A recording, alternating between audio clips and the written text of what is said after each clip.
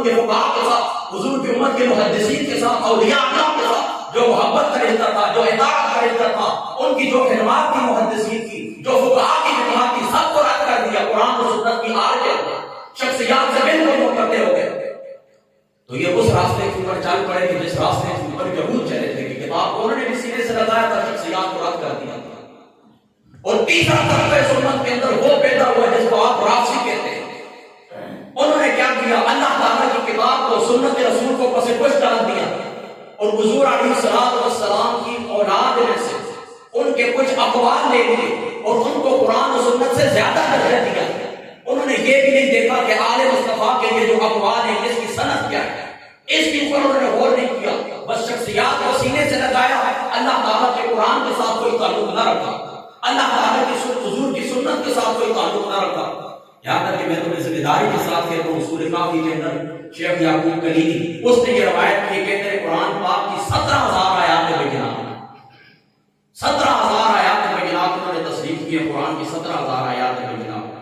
حالانکہ جمہور محدثین فقہاء اور علماء کے نزدیک 6266 آیات بینات قرآن مجید کی۔ الحمد سے لے کر والناس تک ہم یہ عقیدہ رکھتے ہیں کہ یہ وہ کتاب ہے جو اللہ تعالیٰ کی ذات اقدس نے حضور محمد مصطفیٰ کے قلب اقدس کے اوپر نازل فرمائی، اور اس میں ایک لفظ کی کمی پیشی نہیں ہوئی۔ اِنَّا نَحْنُ نَزَّلْنَا الذِّکْرَ وَإِنَّا لَهُ لَحَافِظُونَ۔ اس کی وجہ یہ ہے کہ اللہ تعالیٰ کی ذات اقدس نے ذمہ داری اٹھائی کہ اے معبود، جو کتاب ہم نے آپ کو عطا فرمائی ہے، آپ کا فکر بھی بلند رکھیں گے، اس کتاب کی حفاظت بھی کرنے والے ہم خدا ہیں۔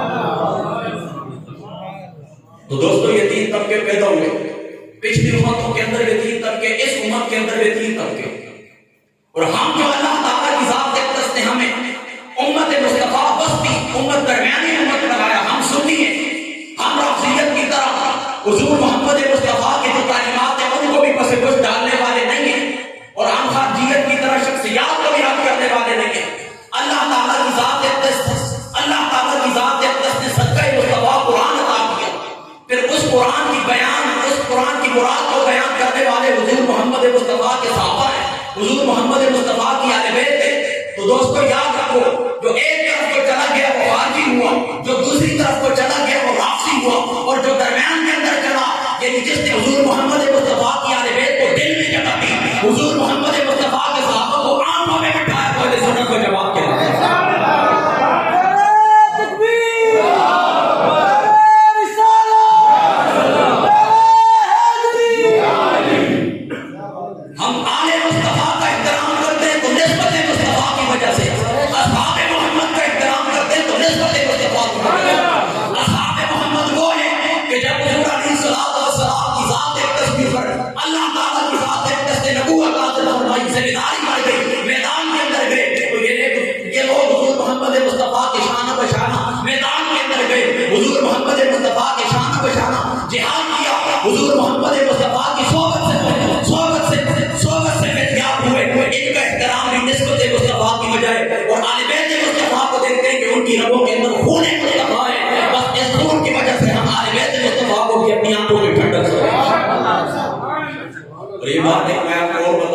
درمیان کے اندر یاد رکھیں، مشکوٰۃ شریف کے اندر قریب دونوں روایتیں موجود ہیں۔ ایک روایت کے اندر حضور علیہ السلام نے فرمایا اصحابی کن نجوم، کہ اللہ تعالیٰ کی ذات اقدس نے میرے صحابہ کو ستارے بنایا ہے، اور قرآن و سنت دونوں گواہیں، یہ تو وقت میں تیزی سے جاؤ، دونوں گواہیں۔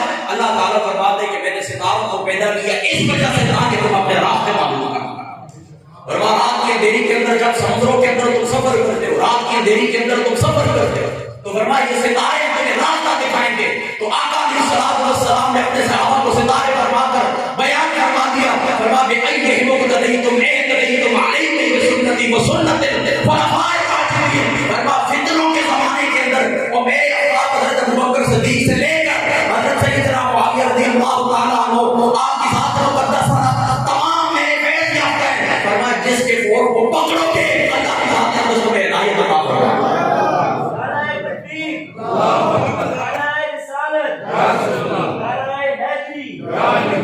حضرت ابوبکر صدیق دیکھیں نا، امام ابن حجر رحمۃ اللہ تعالی علیہ، آپ نے 12 طبقے بیان فرمائے، ان 12 طبقوں کے اندر یاد رکھیں پہلے طبقے کے اندر حضرت ابوبکر صدیق ہے۔ حضرت ابوبکر صدیق کی ذات مقدسہ سے لے کر حضرت معاویہ رضی اللہ تعالی عنہ، آپ کی ذات مقدسہ کا سب محمد مصطفیٰ کی صحبت سے فیضیاب ہیں، کائنات کی سب سے بڑی نیکی محمد مصطفیٰ کے چہرے کی زیارت. تھوڑی سی اس کی بھی میں آپ کو وضاحت کر دے رہا ہوں. جس وقت ہم کہتے ہیں کہ سارے اولیاء اللہ مل جائیں، تابعین مل جائیں، تبع تابعین مل جائیں، صالحین مل جائیں، کاملین مل جائیں، کسی صحابی رسول کی جوتیوں کی ہاتھ کے برابر بھی نہیں ہو سکتے. کیوں کہتے ہیں؟ لیکن سب سے کم لائف، سب سے کم تھوڑا سا وقت جس نے حضور علیہ السلام کے پاس گزارا. مدارج نبوت کے اندر محدث صدیقی رحمۃ اللہ تعالی علیہ آپ لکھتے ہیں، فرماتے ہیں حضور علیہ السلام ایک درجے کے پاس سے گزرے تو ایک شخص تھا، وہ تورات کی تلاوت کر رہا تھا.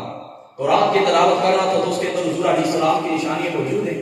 وہ نشانیاں پڑھ رہا تھا. ایک نشانی کہتے دیکھیں حضور کو دیکھ کے کہتے یہ بھی مکمل ہو گئی. دوسری پڑھتا ہے کہتے یہ بھی ایک ذات ہے اس کے اندر پائی جاتی ہے. تیسری پڑھتا ہے کہتے یہ بھی ایک ذات ہے اس کے اندر پائی جاتی ہے.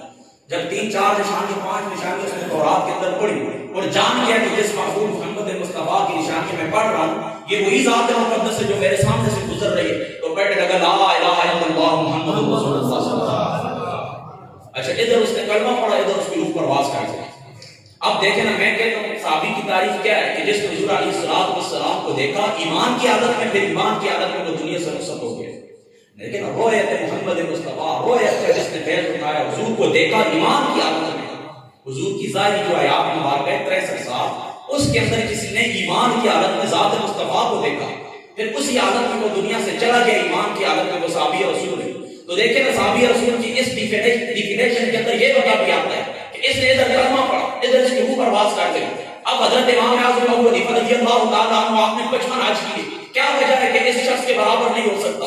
حضور دامدر یجویری رضی اللہ تعالیٰ عنہ آپ کے مقام کو دیکھے، حضور سیدنا پیر مہر شاہ صاحب رضی اللہ تعالیٰ عنہ آپ کے مقام کو دیکھے، ہمارے قبلہ بابا صاحب ذریعہ شریف رضی اللہ تعالیٰ عنہ آپ کو دیکھے کہ 70 سال تک تہجد کی نماز بھی قضا نہیں ہوئی. یہ تہجد کی نمازیں پڑھتے رہے، حج کرتے رہے، زکاتیں ادا کرتے رہے، کتنی بڑی نیکیاں کی انہوں نے. لیکن کیا وجہ ہے کہ اس بندے کی جوتیوں کے ہاتھ کے برابر بھی نہیں ہو سکتے؟ تو کیا مقام دینے والی کیا چیز تھی؟ نمازیں تھی تو نماز کا تو اس کو موقع ہی نہیں ملا. مقام دینے والی چیز کیا تھی؟ حج کا موقع ہی نہیں ملا. زکات کی زکات سال بعد ہوتی ہے، مال کے اوپر گزر جائے گا. اس کو تو زکات کا موقع ملا، نہ خیرات کا موقع ملا، نہ نماز کا موقع ملا. تو کیا وجہ ہے کہ دنیا کا کوئی ابدال، کوئی کلندر اس کے قدموں کے ہاتھ کے برابر بھی نہیں ہو سکتا؟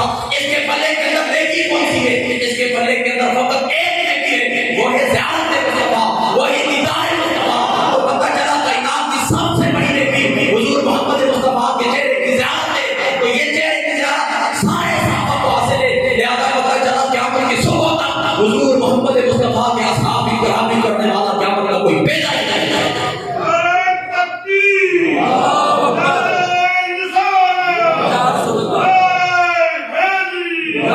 اب دیکھیں میں نے بات تمیز کی یہ کہا کہ آپ کو سمجھ آ جائے کائنات کی سب سے بڑی نیکی ذات مصطفیٰ کی زیارت ہے.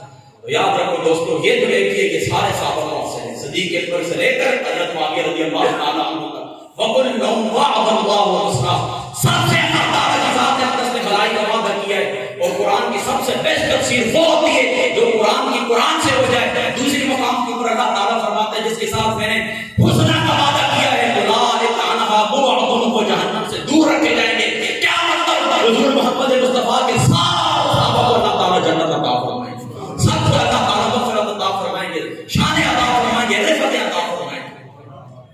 اور دوسری طرف آئیں اس مشکات شریف کے تھوڑا سا آگے جائیں تو حضور علیہ السلام نے فرمایا جو میری اہل بیت ہے، یہ اہل بیت کیا ہے؟ فرمایا اہل بیت سفینہ نوح کی مثل ہے، بار رکبھا نجا. فرمایا جو بندہ اس کشتی کے اندر بیٹھ جائے گا اللہ تعالیٰ کی ذات اقدس اس کو نجات عطا فرمائے. ایک مقام کے اوپر صحیح مسلم کے اندر موجود ہے، دیکھیں آقا علیہ السلام کی ذات اقدس نے فرمایا لوگوں یاد رکھو میں تمہارے اندر 2 چیزیں چھوڑ کے جا رہا ہوں، ایک کتاب اللہ اور دوسری ایک رہی اپنی اہل بیت تمہارے اندر چھوڑ کے جا رہا ہوں. میں نے آپ کو پہلے بتایا کہ اللہ تعالیٰ نے ہدایت کے 2 قانون عطا فرمائے، ایک کتابیں اور دوسری شخصیات. دیکھیں آقا علیہ السلام نے بھی فقط امت مصطفیٰ کو قرآن کے حوالے نہیں کیا، فرمایا قرآن بھی چھوڑ کے جا رہا ہوں، اپنی اہل بیت بھی چھوڑ کے جا رہا ہوں. کیا مطلب؟ قرآن ثابت ہے. 2 گروہوں کے اندر جو تمہیں 30 پارے نظر آتے ہیں یہ خاموش قرآن ہے، اور حضور محمد مصطفیٰ کی اہل بیت چلتا پھرتا قرآن ہے. قرآن نعرہ تکبیر، نعرہ رسالت، نعرہ حیدری. زمانے کے اندر جب بھی دین مصطفیٰ کی تشریح کی ضرورت آئے گی، قرآن کے اعمال کی بات آئے گی، قرآن کی تفسیر کی بات آئے گی، آقا علیہ السلام نے فرمایا میری امت میں سے حضور تلاش کرنا. تو جب دیکھیں 5ویں صدی کے اندر جب ہیرا کے اندر کہا آیا تو حضور محمد مصطفیٰ کی اولاد میں سے ہمیں حضور ملے حضرت سیدنا غوث الشیخ عبد القادر جیلانی رضی اللہ تعالیٰ عنہ۔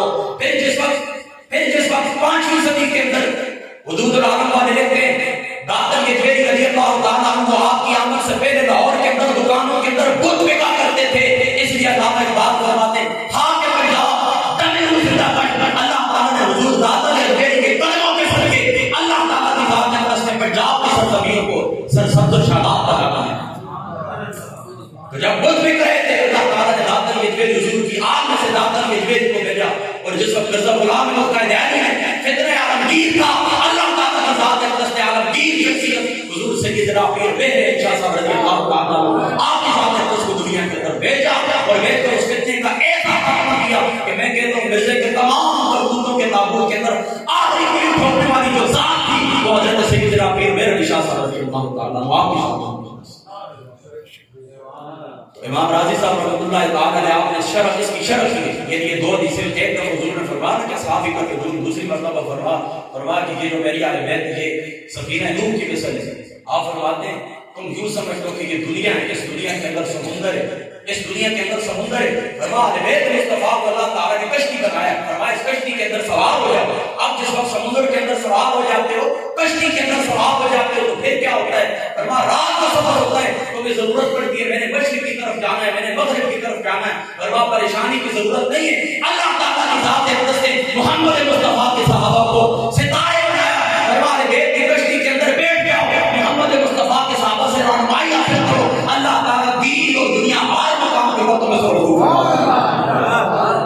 تو یاد رکھو دوستو، ایک ہاتھ کے اوپر ذات مصطفیٰ کی آگ، دوسرے ہاتھ کے اوپر محمد مصطفیٰ کے اہل بیت، اور دل کے اندر ذات مصطفیٰ، دیکھیں نا دونوں اپنا بات لمبی ہوگی۔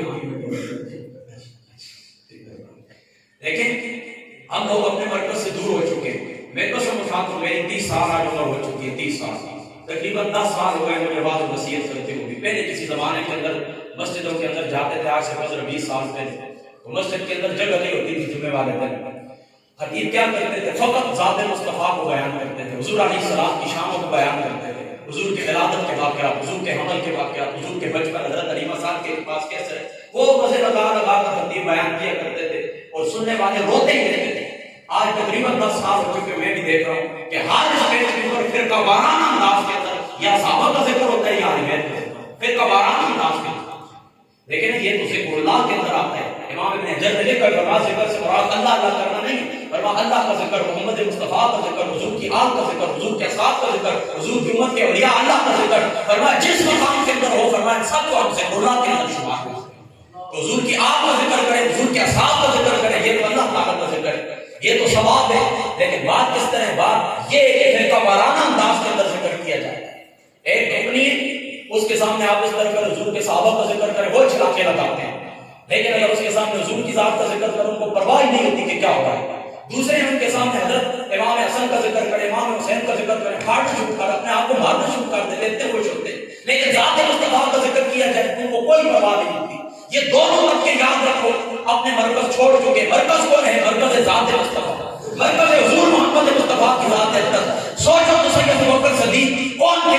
آقا علیہ السلام کے پاس آنے سے پہلے فقط ابوبکر تھے، لیکن جب ذات مصطفیٰ کے پاس آئے ابوبکر صدیق بن گئے۔ عمر فاروق فقط عمر تھے، لیکن حضور کے قدموں سے لپٹ گئے، فاروق اعظم بن گئے۔ عثمان بن عفان تھے، حضور کی ذات اقدس کے ساتھ جڑ گئے، عثمان ذوالنورین بن گئے۔ علی فقط علی تھے، جب ذات مصطفیٰ سے جڑ گئے خیر غلام ہو گئے، کچھ نہیں کچھ حضور کے صحابہ کو مقام ملا، حضور کے چہرے کی زیارت کی پوری دنیا کے اندر بے نظیر و بے مثال ہو گئے، اور حضور علیہ السلام کے اہل بیت کو مثال مقام ملا۔ ذات مصطفیٰ کا ان کی رگوں کے اندر ہے، یہ وہ مقام ہے۔ میں ذمہ داری کے ساتھ کہتا ہوں کہ اس مقام کے اوپر دنیا کی کوئی عظیم ترین شخصیت بھی حضرت سیدنا علی المرتضیٰ فاطمہ الزہرا ان کے بچوں کا مقابلہ نہیں کر سکتے۔ خون حسین کی بات ہو، خون فاطمہ کی بات ہو، دنیا کی کوئی شخصیت اس جزوی فضیلت کے اندر ان کے ساتھ شریک نہیں ہے، لیکن جب مقام کی بات ہو افضل البشر بالترتیب بعد الانبیاء ابوبکر صدیق رضی اللہ تعالیٰ آپ کی ذات مقدس۔ تو بس دوستو آپ اس خانقاہ کا پیغام یہی سمجھے، میرا سمجھے گا اس خانقاہ کا پیغام سمجھے یہی ہے کہ دیکھیں دونوں طبقوں کی طرف آپ نے نہیں جانا ہے۔ سنت کے اندر دونوں اثرات موجود ہیں، رافضیت بھی موجود ہے، خارجیت کے اثرات بھی موجود ہیں. جس صحابی رسول